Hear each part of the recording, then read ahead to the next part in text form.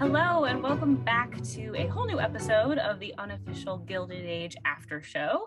I am Kelsie Paul, Manager of Interpretation and Engagement at the Frick Pittsburgh, and today I am joined by two special guests.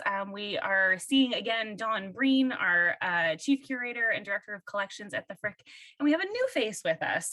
We have Alonna Carter here with us, who we love and love to learn from. She is the Frick Pittsburgh's Burke Family Fellow. She is also a graduate student in public history at Duquesne University, and she is our research extraordinaire. She does research for us, and we love working and learning from Alonna, and we're so excited that both of you guys can be here today. Thank you guys for joining us. So we're going to talk about episode 4 today of the Gilded Age, which is titled A Long Ladder. I always find it helpful to start with a brief synopsis so we're all on the same page. In episode 4, Marion learns about Mrs. Chamberlain, and George makes a deal to benefit Bertha. Meanwhile, Peggy meets a trailblazing newspaperman, and we are absolutely going to talk about Peggy. We are very excited to talk about Peggy. But as we were sort of planning the episode, we thought it made sense to maybe pick up where we left off last week.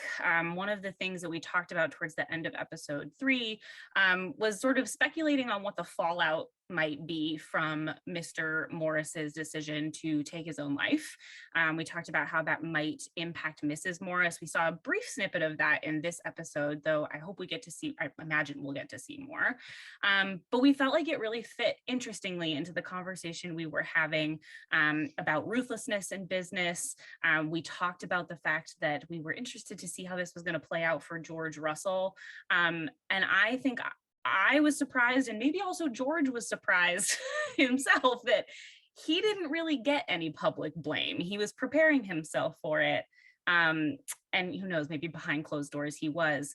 But instead of blaming George, there's more conversation and dialogue about the weakness of Mr. Morris. And I think that's an interesting conversation, Dawn, you were saying sort of as the other side of the coin, perhaps, of the conversation about ruthlessness. Maybe it's also a conversation about a lack of weakness to be a successful businessman. Yeah, I think the language that's used is really revealing of their perspectives and the times, and it can seem a little bit heartless. I mean, I think Mrs. Russell flat out calls him weak. Mr. Bean says it's a pity he wasn't up to the task, and Mr. Russell says it's not a game for weaklings. In the late 1800s, Charles Darwin's theory of evolution by natural selection was filtering into political, social, economic thinking.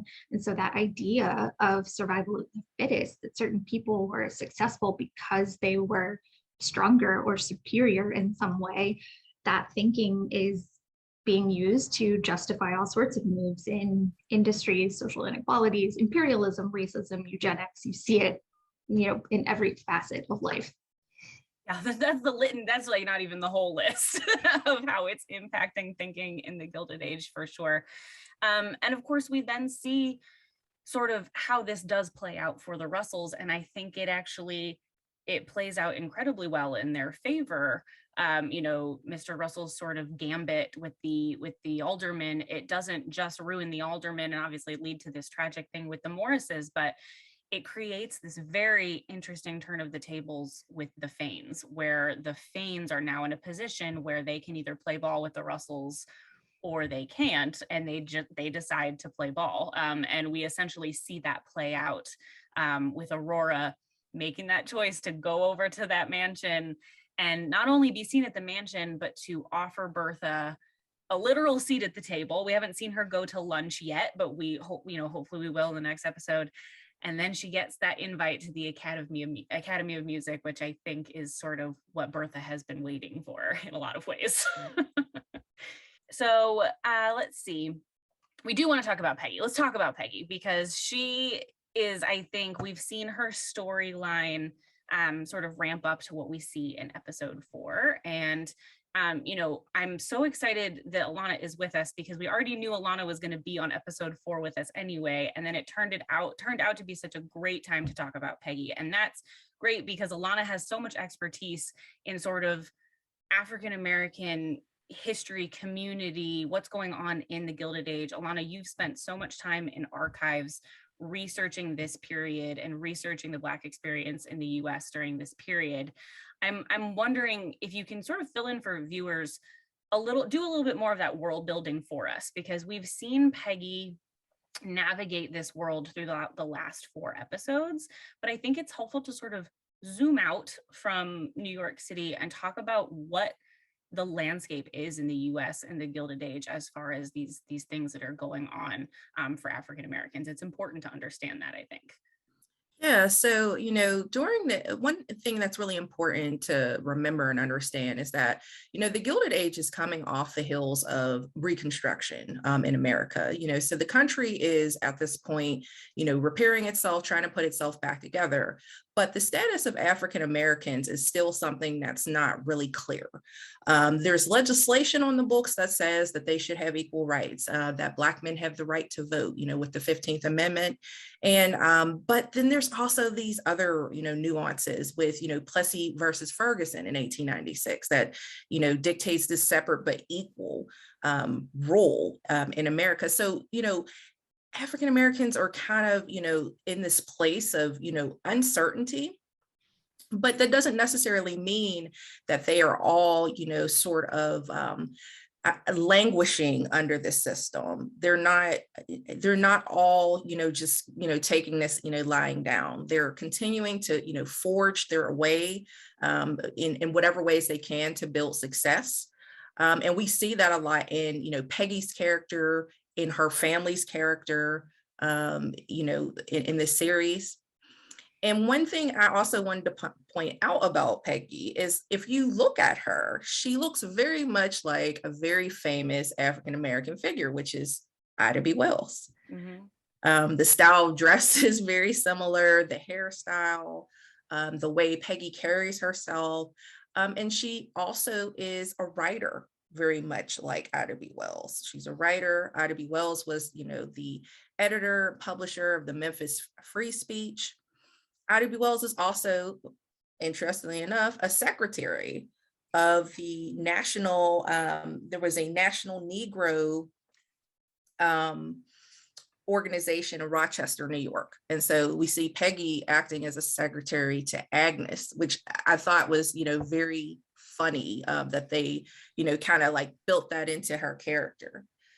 But again, the Gilded Age for African Americans, it was really one that, you had kind of two groups, and, class was involved in this as well. You had African Americans who were educated, who were attending, schools like Spelman and the Tuskegee Institute, and they were, literate, they were, upwardly mobile. And then you also have others, who, did not have the same opportunity. So it's important to look at, both lenses of that group. And understand that, that it wasn't just, one single story that defined them. Yeah, absolutely. And I think, you talking about these different groups and these different stories and also these different worlds, in a way, we get that line, from Peggy when we have that climactic moment between her and Marion, where she, says to Marion, I live in a different country than the one that you know. And I think that's such a powerful line, but it really sums up sort of what we've already seen play out for Peggy. And Marion's blindness to it at various points. There's been sort of these moments woven in throughout the first 4 episodes where we see, Peggy have to navigate the world differently than Marion does, whether that's, sitting in a segregated train car in the first episode, or in this episode, we see it very keenly in their trip to Bloomingdale's. And, we had a question from a Instagram follower from by Sapphire Christine. She wanted to know how accurate was the store scene at Bloomingdale's Brothers. And I think, I'll let each of you sort of give your opinion on that. But my feeling was it's pretty accurate, both from sort of looking at it from Peggy's experience and her perspective, but also just generally the experience of shopping in an early department store, right? Yeah, I think that far as scene setting, I think they do a wonderful job showing that early department store. And as far as showing the experiences of Marion and Peggy in that store, it's so very clear that Peggy feels uncomfortable and doesn't want to go in. And Marion is just completely oblivious to Peggy's feelings and rushes in anyway. And segregation and racial discrimination were by no means relegated to the South. Segregation in the South is by law. Segregation in the North is generally by custom. And we've seen that so many times play out in this show in small little scenes. I'm thinking of the moment when Peggy and her father have to move off of the sidewalk to make room for the white couple going by. We saw it in the last episode with Peggy waiting at the Christian Advocate and then being offered to write for them if she's willing to pretty much erase her identity. And then you see her, being profiled and this shopkeeper just staring her down like a hawk. She's clearly not welcome in that space. Right, absolutely. Yeah, I totally agree with everything Dawn just said. You hit the nail right on the head. Again, reiterating the point, segregation was by no means just a Southern thing. The North had many practices that barred African Americans from participating in, the joys of everyday life. And department stores were one of them. You see that that view of Peggy, in the store as really kind of a defining moment in the series, especially, with Marion's, kind of obliviousness, to it. But yeah, it was definitely something that was, happening, that was widespread. You typically did not have African Americans going into those department stores. A lot of times they would shop in their own communities if if there was a store available, because they knew that then they would be kind of in a safe space. Right, absolutely. And we do then, of course, get to see Peggy go home to Brooklyn, and we get to see her be with her family. We get to see more of her interaction with her parents. We see their family home. And, we've talked a lot, and I've seen a lot in the news. There was a great article in the New York Times about Peggy's character and sort of her storyline in this episode, talking about how you don't often see the African-American elite of the Gilded Age portrayed on television or portrayed in movies. The Scotts are very much part of that class in the Gilded Age. And that was a very real group of people in this time period. And Alonna, I know you've done a lot of research in Pittsburgh looking into certain, different families that sort of fall into that class, because African-American elite, that's not just in New York City. It's all across the country where you're seeing these very successful entrepreneurs, professionals who are making a lot of themselves and are doing well. And the Scotts sort of represent that storyline. Yeah. Pittsburgh, we had tons, and a lot of them were concentrated in our Hill District neighborhood of the city. But they were African Americans were all throughout the city of different class status. And when we're thinking about, that affluent status, it really came down to, the means of that family. Were they a family who, had been in the North for a long time, or were they recent transplants? A lot of times that determined the wealth, the education, and the progress and prosperity of that person, much like it does anybody else. And, just a couple just for reference, families that I can think of in Pittsburgh that were considered prominent. You have the Woodson family. They were, there was Reverend Lewis Woodson. He was a reverend. He was a barber. He owned many properties in the Hill District. You have the Peck family with, Dr. David Jones Peck, who was the first graduate of Rush Medical College in Chicago.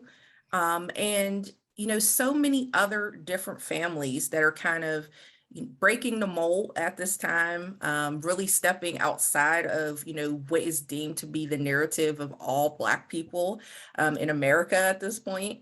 And they are making progress. And yes, Peggy's family definitely was a true representative on the series of what that looked like. They did live, in a state of, kind of luxury. They did have African American servants. Some of them even had white servants. So, again, it's not uncommon. It's just a story narrative that has not been widely appreciated or publicized. I know I want to show an image that you found, Alonna, in the archives. Speaking of another doctor, another Pittsburgh doctor, and his beautiful family. I love this photograph so much, but it speaks to exactly what you were talking about. And it sort of ties in with the Scott family as well. We learn that Arthur Scott is a pharmacist.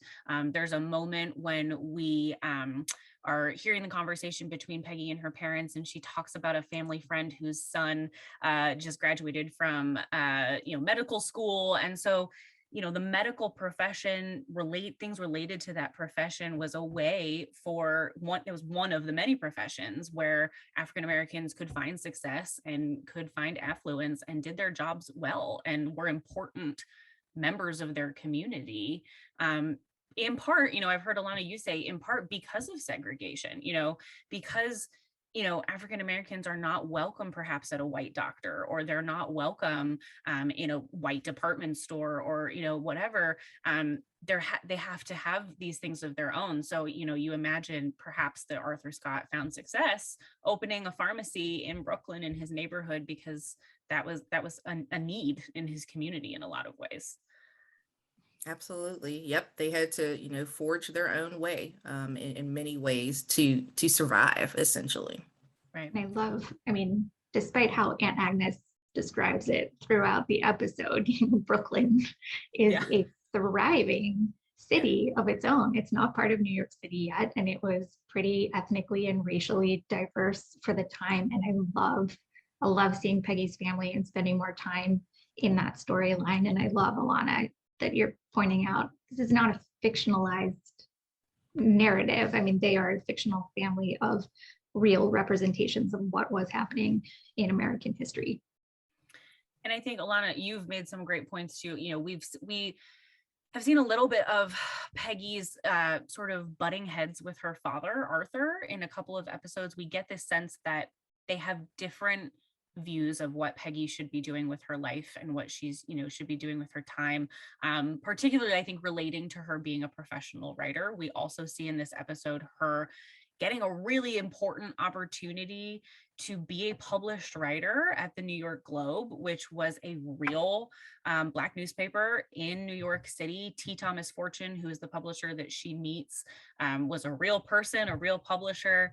But we also then get this reaction from Arthur that he still has concerns. Even though she gets this success, she still has these concerns that it's not going to be enough, or that it's going to be an unsafe situation for her, like she's going to end up getting hurt in some way. And Alonna, I thought you had such an interesting observation, which is that those viewpoints perhaps of Arthur's sort of stem from the ideas of Booker T. Washington and other really important African-American leaders at the time, who were talking a lot about what African Americans should be doing or shouldn't be doing in this sort of post-slavery world. Yeah, so Booker T. Washington, at this time in the Gilded Age, he's pretty much kind of like, the mouthpiece of, progress, as far as African Americans are concerned. And when I say that, I don't mean that every African American agreed with him. They certainly did not. There were some that, who were totally against, his way of thought. And his way of thought was, don't try to, push too hard, right now for equal rights. Don't try to, get in those positions that, were, traditionally made for, white Americans. The way we win the race is slow and steady. And we do that by participating in what we know best. We were typically people who worked in agriculture, due to being enslaved, and in service jobs. So he's saying that we should be slow, steady, and measured, not pushing too hard, because if you push too hard, then you don't get anything. So that was his, kind of line of thinking. And I do believe that Peggy's father kind of follows, like he represents that line of thought. But also because, we get that slight mention that Peggy's father was also enslaved. Yeah. So he kind of has a different perspective about how to achieve these goals. We don't know quite yet how he got to where he is. We don't know what road that he traveled to becoming a pharmacist, which is a big deal, for an African American man during this time. They were not, typically present in a lot of these positions. A lot of them were actually working, as domestic servants or as laborers, the people who do the bricklaying and the building and things like that. So it's important to note, her father's perspective really comes out of a place of experience. And it also comes out of possibly, the teachings of Booker T. Washington at this time and other advocates. You also have Anna Julia Cooper at this time, who's an educator, and she is, she's this fabulous, learned woman who, she gets her PhD at the age of 65, which I love that. I absolutely, when I learned that about her, I was just like, you go, girl, So like, she gets her PhD at the age of 65, but prior to that, she's doing all these amazing things in the African American community. She's a teacher. And she's really trying to position African American women to be the kind of cultivators and uplifters of the race by promoting several themes. One being education. She wants African American women to be learned. She wants them to practice good, morality. That this whole idea of being ladylike, being, cultured and sophisticated, but kind of, I don't want to say staying in your lane, but just being within that ladylike area. And she's also telling them to make sure that they are practicing their spirituality, which at this time the majority of African Americans are of the Christian faith. So her father and perhaps her mother, we don't really get a whole lot, from mom about, really, the kind of path that she wants Peggy to take. I think she's a little bit more supportive, but we don't know her, her full thoughts. But about, we get these ideas from them about, what is, achievable and expected of Peggy in this particular era. Yeah, absolutely. And I think, in a way that does transcend the experiences of several of the women in the show, like this idea of coming up against what is expected. We do see Marion sort of push back against what's expected of her. Certainly she doesn't have half of the challenges that, Peggy does because of, the addition of her color of her skin. But yeah, that's a theme, I think, throughout the show, of this idea of what is expected and is it appropriate for you to push back against that. And I love that idea of thinking about who other real life historical figures who were working in this world, in this Gilded Age world. And you can see some of that in the character of Peggy, which I think enriches our understanding of the character, to see the real people who might have inspired her, whether that's Ida B. Wells or, whoever. But I want to talk a little bit about the newspapers too, because I think, like I said, we talked about the New York Globe, which was a real newspaper founded by T. Thomas Fortune. He goes on, the Globe's not around a lot. It also, don't confuse it with the Evening Globe, which was a different New York City newspaper. But the New York Globe becomes the New York Age, which is a massively important African-American newspaper in New York City. But again, there are Black newspapers all across the country. The Pittsburgh Courier is a hugely successful and prominent publication, and played a really important role in African-American communities and in this sort of world that we're seeing the Scots live in. Yeah. And it's important to note too that, the New York Globe or the New York Age, it comes before the Pittsburgh Courier. So Pittsburgh Courier is about 1909, 1910 is when it gets its start. So just kind of on the heels of the Gilded Age here. But you have the New York Globe kind of following in the footsteps of the tradition of these newspapers that are geared to, literate African Americans, they go all the way back, to the period of the Civil War, if not before.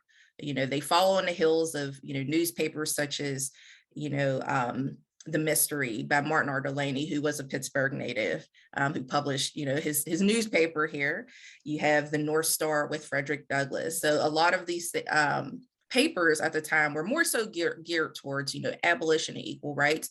So you see T. Thomas Fortune's newspaper kind of follow, in the footsteps of that. But now, we have things where we could talk about society, what's happening in society.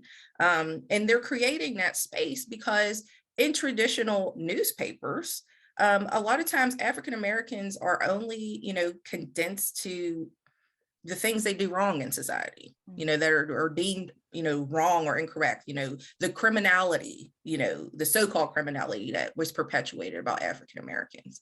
So, I love that they, weaved, the New York Globe into this story, into this particular episode to kind of show, again, African Americans were very active during this age, and they were not just sitting around twiddling their thumbs, waiting for 1964, so, when, for civil rights legislation to be passed, or 65, they were actively contributing to their communities and really trying to, again, establish themselves, within the American story, as a force to be reckoned with. So absolutely.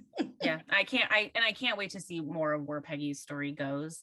I love that she's thinking about writing about politics. We get our first mention of, a woman's right to vote. I love that she's so in that moment of, no, why would I support a political party when they won't let me vote? Like, I love that she's so firm and independent in that moment and knows exactly what she thinks about that. So I hope we get to see more of what her writing is about and watch her writing sort of evolve, and see where that goes. Cause I love her. I think she might be my favorite character, honestly. Yeah, she's awesome. And just one more point about that. That's another similarity between her and Ida B. Wells. A lot of people don't know Ida B. Wells was a suffragette. She very much championed for women's right to vote. And she was actually kind of pushed to the back, by Susan B. Anthony and some of the others, because of the color of her skin. So, Peggy, again, another similarity. I wouldn't be surprised, if we talk to the writers, if they were like, yeah, we're going to put her in there without, putting her in there. Maybe we'll get lucky. Maybe Ida B. Wells will be an actual character that they write in at some point. That would be also cool.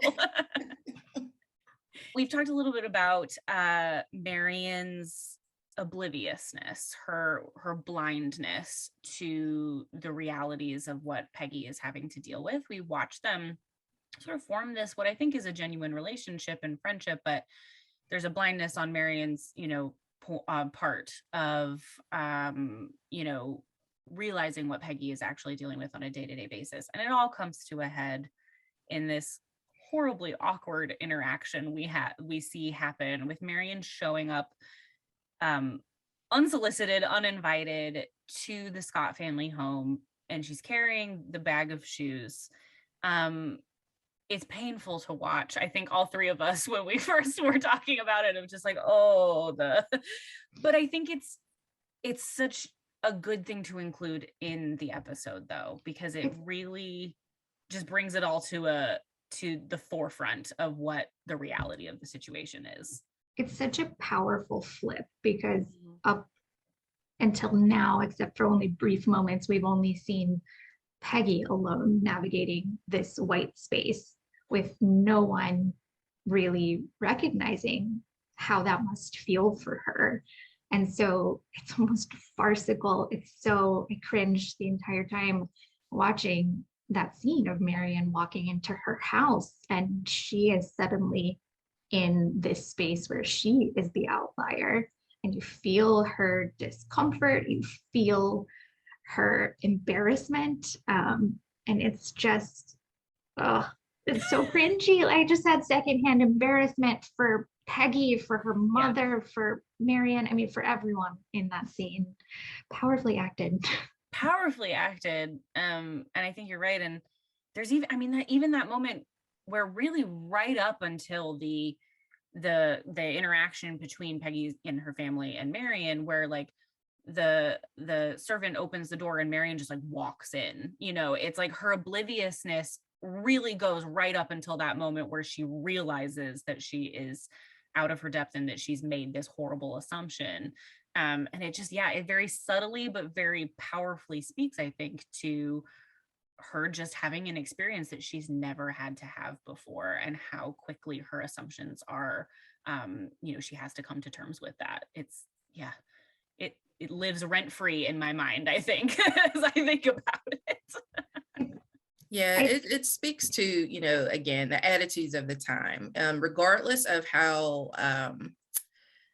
progressive or liberal, you know, one thought that they were at that time, you know, they understood the order of things naturally, you know, during that time. They understood the order, they understood, you know, the racial hierarchy, which, you know, unfortunately led them to make very poor assumptions, as well as to, you know, act on their own authority. You know, just referencing what you said, Kelsie, about her just bypassing a maid, just walking into the house. That's, you know, you just walk into somebody's house without, you know, being invited in. That was enough, you know, that was a scene to me that was just like, oh, authority here, where we're operating in that authority that, you know, is dictated by society, and as well as just the whole, again, notion that, hey, they must be poor. They have to be. There are no affluent African Americans at this time. Oh, they're probably barefoot, you know, because that was the way that you know, they were portrayed largely in newspapers and things like that, just as these poor people that just needed saving. They needed everything, including shoes. So, and I love when then we're back on the street when Peggy says, "I gave you the train fare," you know, like she flips it again and points out, "You were the one that needed saving. I came to your assistance when you were abandoned on a train platform." And if anything, it's Marion who's living on the charity of her family and her aunts. Peggy is earning a wage and making a way for herself. And I love that scene. God, Tanae Brennan's so good in that scene. It's fantastic. Yeah, absolutely. And I, you know, again, you even see it just in their action, you know, the line that Marion has, she says, "Well, my aunt lets you live at her house." And Peggy is very quick to stop her and say, "No, I work there." And I wish she had almost said, "No, she lets you live at her house." Like, I have a job. I have a reason to be there. So yeah, it's such a powerful interaction. And I think it's going to be interesting to see how that changes their dynamic going forward. That perhaps it's going to make Marion stop for a second and think a little bit more going forward. But it's such an important and powerful interaction between the two of them. And I think illustrates the sort of really interesting ways the show is managing to sort of have this conversation woven into the plot. And I can't wait to see more from them for sure. Up until now, like the audience, Marion has kind of been our proxy and like our guide into the Gilded Age society. So I feel like it is a way of the show asking the audience to examine some of their own assumptions or implicit biases as well.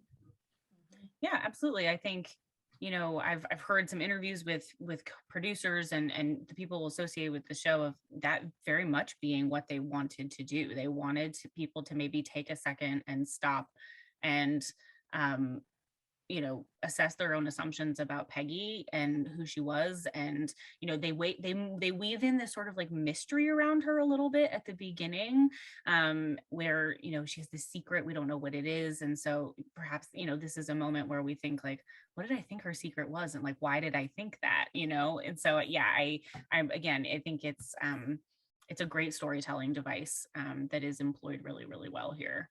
And we'll see more from Peggy, and I love it. All right, so we're going to switch gears just a little bit and talk about a couple of other women in the show that are going through their own navigation of this society in very vastly different ways. We can start, I think, with Mrs. Chamberlain. She's another one that has sort of been a secretive figure in the show. There's been a lot of allusions to why she is an outsider. And we finally find out through a very gossipy moment between Oscar and Ada and Marion, sort of saying exactly what it is that makes Mrs. Chamberlain an outsider. And it's that, you know, she is not only her husband's second wife, but she was previously his mistress. She also has a son where there's a lot of gossip around his paternity, which sort of adds a layer of scandal. And I thought it was really interesting, Dawn, that you were saying, you know, there's some chatter online about Mrs. Chamberlain being inspired by a real life woman, Arabella Huntington, who had sort of a similar storyline and scandal, I guess. Oh yeah, I think while we're seeing Peggy as this composite of all of these strong Black female trailblazers of the era, we're getting those same kind of composites in other characters. And I love that blend of fact and fiction. So Arabella Harrington was the second, Arabella Huntington was the second wife of Collis Huntington, who was a railway tycoon. And similarly, they married, and Collis adopted her son from an alleged prior marriage, and there were similar rumors about the paternity of that son. She may have been mistress of another man. Maybe it was their son born out of wedlock. And then after his death, she actually marries his nephew, who founded Huntington Library in California. I know it's a whiplash kind of story there, but same thing, kind of presented as this social outcast. I think it's Aunt Ada who says, you know, to be associated with her is to be contaminated, like just showing you how stringent the societal expectations for following the order was. Yeah, absolutely. And, you know, I think what was interesting, I was thinking about, you know, the way that Jean Triplehorn, who plays Mrs. Chamberlain, sort of plays it. She plays it in a way where she understands the order, she understands the rules, and there's almost a acceptance of it. You know what I mean? She always, the way she interacts with Marion, she's like, you can't talk to me. Like, you know what I mean? Like, she just knows and accepts it. Whereas someone like Bertha, who knows that she's not on the inside, but is going to fight tooth and nail to get in, it seems like Mrs. Chamberlain has sort of adopted a different strategy where she just sort of does her own thing and just knows that they don't like her and is like almost resigned to it in a way, which I think is interesting. She has an amazing art collection to keep her company in her house. I love getting that little glimpse. Clearly she loved Impressionism. We saw some Degas, we saw a little Dancer, we saw a Monet at one point. And I love, you know, for the 1880s, French European Impressionism was still really avant-garde and not of the taste of what most of the 400 would have been collecting. So that's just one more way they're defining her as an outsider. Yeah, she's outside of the expectation, like we talked about, and then she's also doing her own thing on the art side of things. And she is now a widow. You know, her husband's no longer living, and so she's just sort of, I don't know, I just love the idea of her just like in that mansion, just collecting the art that she loves to collect and just kind of not caring what anybody thinks. Like, she's just okay with it, which I love. The other thing that we get to see is a little bit of dear sweet Gladys, and her continued trials and tribulations. And we've had mention of her and this idea that she hasn't come out to society. It's been mentioned in multiple episodes that she hasn't come out to society yet, but she should already have, like, by how old she is. And I was hoping, you know, Dawn and Alonna, I'd love to hear your input on it too, but can you talk a little bit about, like, what is the importance of that idea of coming out? Why is it so important? And what would it mean for Gladys to be in or out of society? So that debut, that marks your official introduction to society, but it's also that you are available on the marriage market.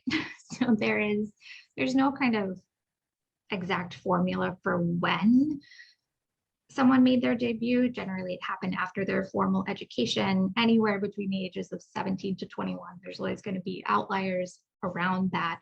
And it's not just being on the marriage market. I think it gives women more autonomy to pursue some social and philanthropic endeavors. They don't have to have a chaperone every single place that they go to. But you're right. I think that Gladys and Marion are around the same age, but Gladys is treated so much like a child, whereas Marion has a little more freedom. Yeah, absolutely. And yeah, because we see this sort of push him, there's a control aspect for Bertha. Like Bertha, I think, in a way, we get allusions to the fact that Gladys is coming out to society is going to be part of the strategy of what Bertha is doing. So she's like holding it in reserve until she's allowed at the perfect moment. But we do see that that all sort of comes to head in this idea of this governess that we see get dismissed. And I think it's so interesting. She basically gets dismissed because she allowed Gladys to go to a hotel and meet a boy for lunch, which is so sad. So scandalous. Yeah, I think it falls in line just with that whole idea of, women's like respectability at this time. We see this idea play out, even with Mrs. Chamberlain, how a lot of women knew that their, husbands were having dalliances, Right. but it was supposed to remain quiet. The mistress, she could be there, but she had to be in the back. And you don't want anything unsavory popping up associated with your family. And so even the simple thing of Gladys meeting this boy for lunch was almost like, oh my gosh, like you're about to be tarnished because of this. You're going to be seen as this for lack of a better word, loose kind of woman. So we can't have that. We're already having a hard enough time just getting here, and you're going to mess it up, Right. So, yeah. Well, and it's so interesting because she's clearly chosen this boy. We've never met him, but we saw in the previous episode her go to George and kind of say, like, would you maybe allow him to come to dinner? So she's clearly pursuing him. She's met him in some way and is interested in him. But then we had the flip side where probably Gladys is probably unaware of this, but Oscar Van Ryn is sort of pursuing her because he sees her as the perfect opportunity for him to marry an heiress and, set himself up in the way. So it's such an interesting kind of love triangle, but not a love triangle kind of thing. And, now with the governess being dismissed, it's the kind of question of, is she going to get a new one, or is this going to force Bertha's hand? All she wants is a lady's maid. She's like, I just want a lady's maid. Poor Gladys. She's trying so hard. But speaking of domestics and the domestic staff, we've seen moments sort of between the domestic staff, but we have this fantastic interaction that I know all three of us really enjoyed between the two butlers that we definitely wanted to make sure that we got a chance to chat about a little bit. So we have Church, the Russell family butler, inviting basically Bannister, who is the Van Ryn butler, into the house, all after this debacle where Pumpkin is sort of being held for ransom. He's sort of a pawn in a larger game, which is just also kind of funny.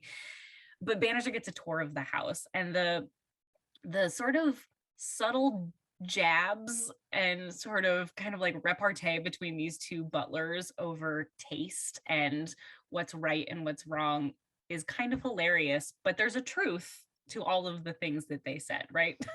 I don't know about you two, but I would watch an entire hour of the two butlers walking around the house and Bannister just like really smugly looking down his nose at every choice they make.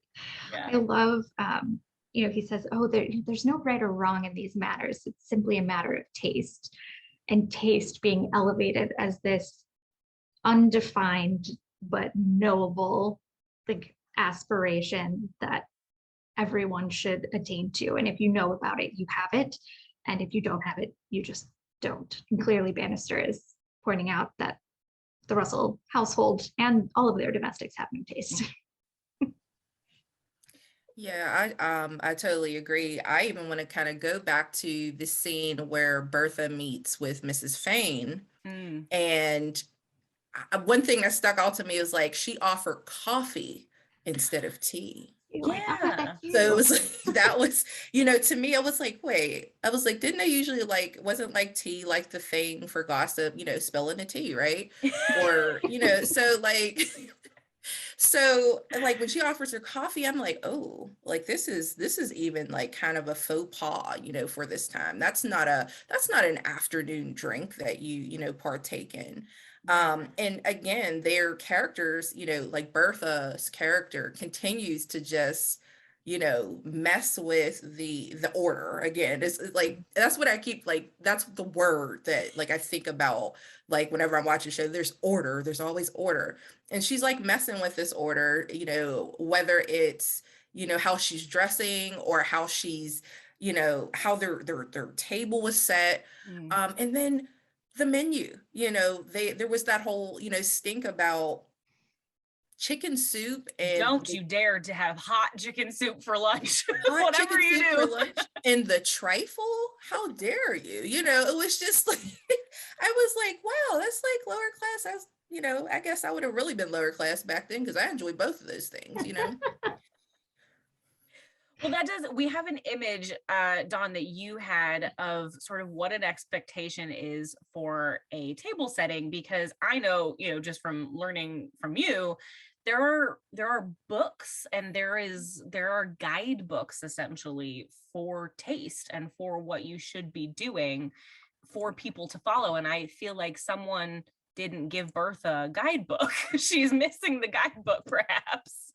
There are so many rules and there are diagrams for table setting and all sorts of household management and domestic economy books like Mrs. Beaton and Mrs. Seeley's.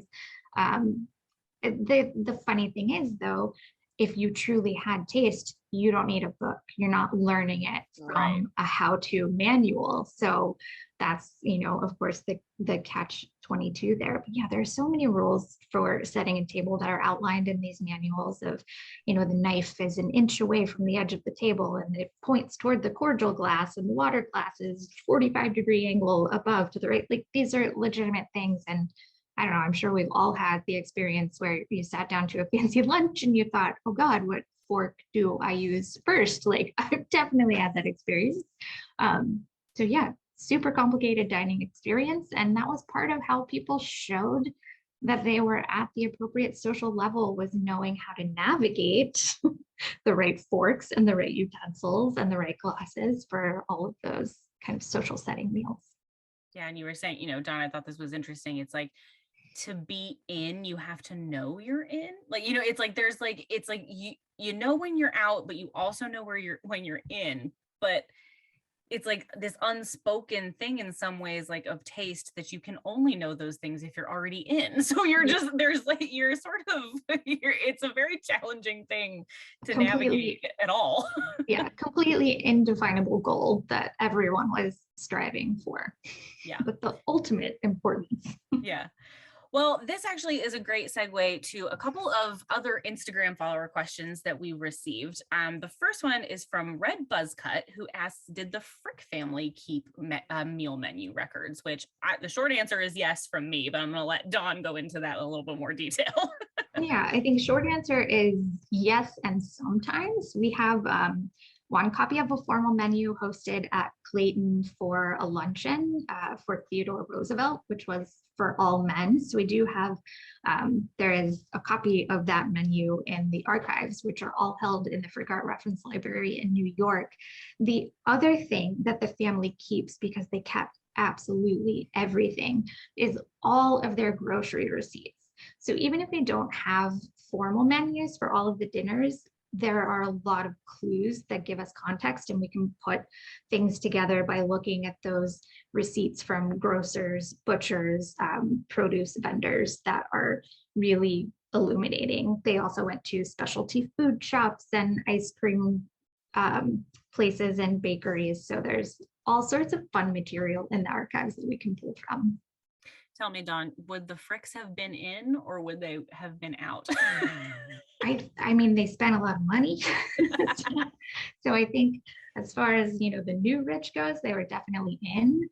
I'm thinking too, Helen Clayfrick wrote memoirs about her life at Clayton. And one of the things she does is outlines some of her father's favorite meals, which includes chicken and waffles, which I love. And I feel like that, I don't know, I feel like Bannister would have looked at chicken and waffles the same way he looks at hot chicken soup. I don't know, but I love that was one of his favorite meals.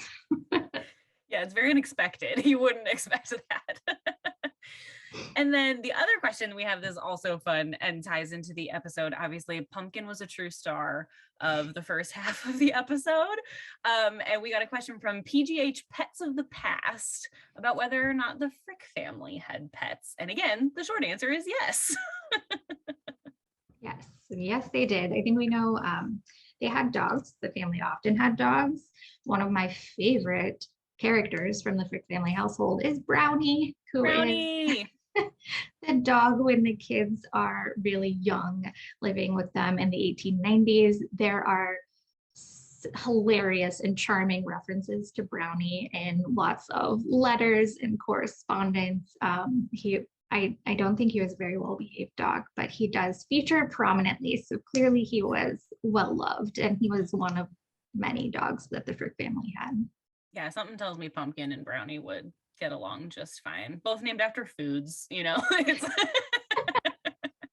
think their next dog was Fudgy, so. Someone needs to do a study of the popularity of food-based names for dogs in the Gilded Age.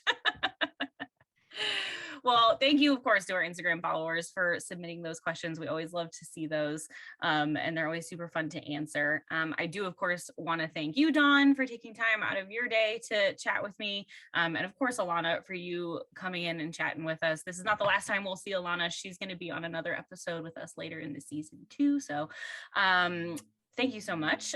This is the part, of course, where I thank all of our viewers. And of course, thank you guys for leaving comments on YouTube. We've loved seeing the discourse there. If you have not already, you can subscribe to our YouTube channel so you never miss an episode. You can also, of course, follow us on Instagram at FrickPGH, and you can find us at thefrickpittsburgh.org. But that's all we have for episode 4. We'll be back for episode 5 next week, and we will see you then. Thank you so much for watching.